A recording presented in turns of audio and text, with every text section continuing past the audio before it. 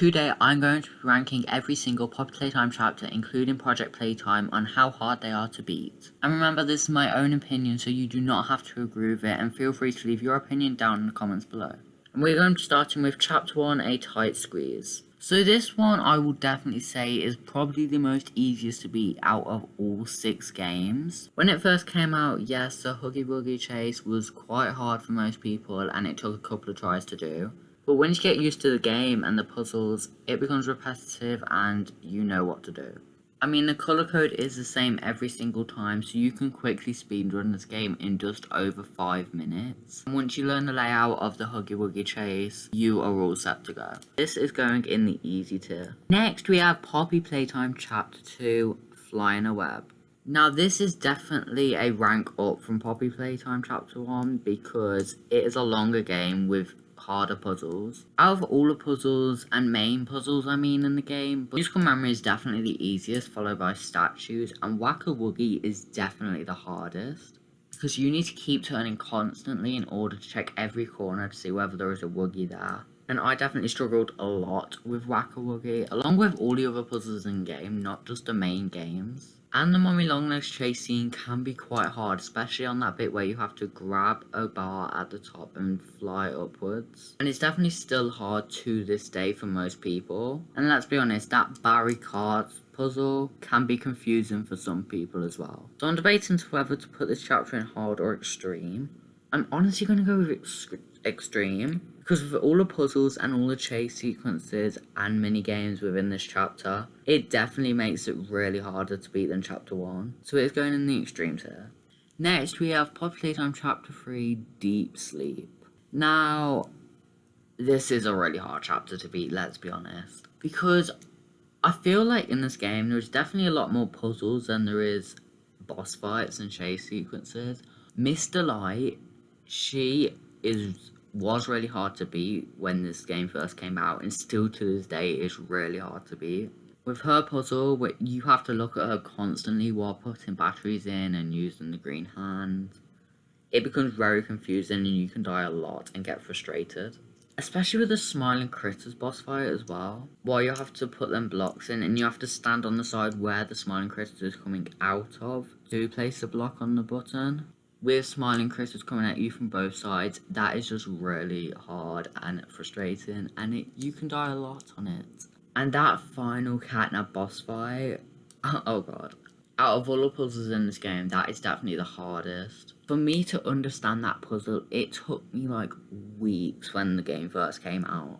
And I only just recently found out the proper way to beat this puzzle, because I didn't notice half of the green hand slots. And the puzzles overall in this game are honestly quite tricky, because they introduced a new puzzle in this game too, where you have to point it in the right direction and put your hand on one thing and your other hand on the other, and it just gets really confusing. So honestly, I'm gonna put this in impossible, because it can be impossible for some people, because chapter 3 is frustrating, even still to this day as well. Next we have chapter 4, Safe Haven. Now, I feel like this chapter took, I want to say, a step down. It is not a step down only because of one boss fight, and that is the Yarnaby boss fight. Of all the boss fights in this game, the Yarnaby one was definitely the hardest. The Doctor you could get through easy enough. I mean, you could literally just sprint through that and get through it within minutes. The Doughy one, once you got used to it, it became easy enough.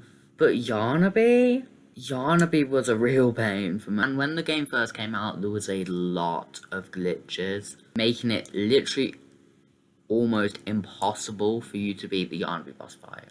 But even after they fixed them glitches, it is still really hard to this day. Now, because they fixed the glitches, and because it was only the Yarnaby boss fight that is really quite hard, it does not deserve to go in the impossible tier. But with the puzzles you have to do in Yarnaby, it lasts so long. It's definitely going in the extreme tier, because it is really extreme.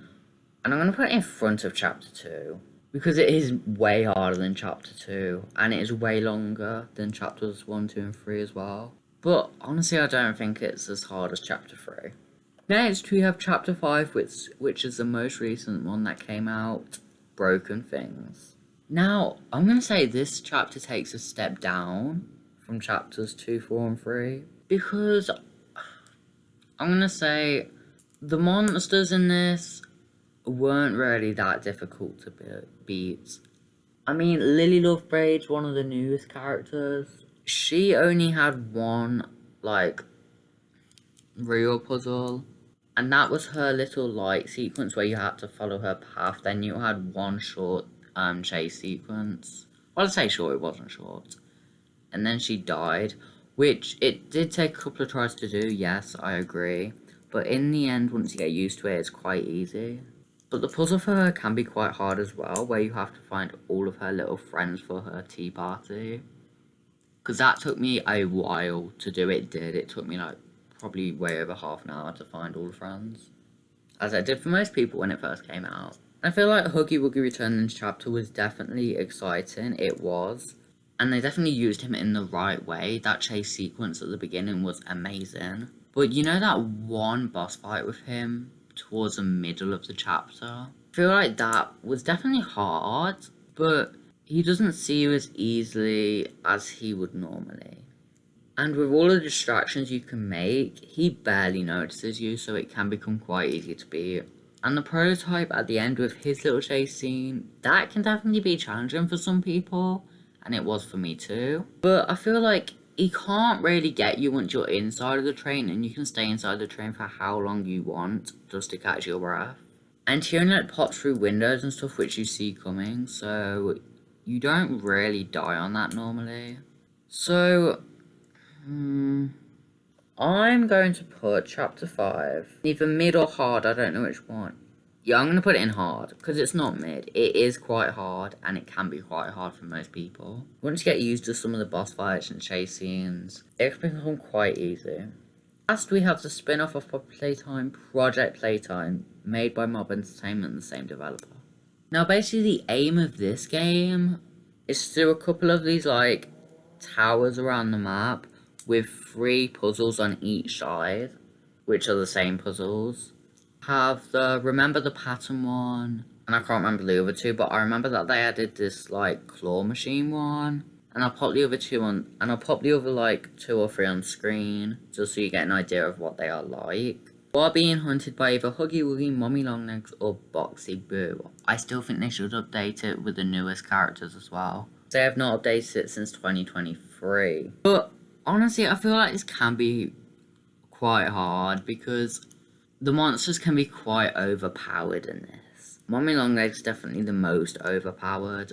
I mean, the players barely even get a chance to do the puzzles. And it's rare that the players ever win in this game anymore. Because the monsters are quite fast, if not faster than the players. And the players barely have any spots to hide or run away to, and there's lots of obstacles in the way. So I definitely think it's challenging for the players overall. And with that, I'm going to put that in the hard section, behind chapter 5, because it is not as hard as chapter 5. But this is my final ranking of how hard the chapters were from Poppy Playtime 1 through 5, with the spin-off Project Playtime. If you disagree with this, it is completely fine, it is my own opinion. Like I said at the beginning, feel free to leave your opinion in the comments down below. I will make sure to check them out. Stay tuned for Saturday because I'll be in Poppy Playtime chapter 4 without dying. And I hope you all have a wonderful rest of your day. I love you all, and I'll see you in the next one. Bye, guys!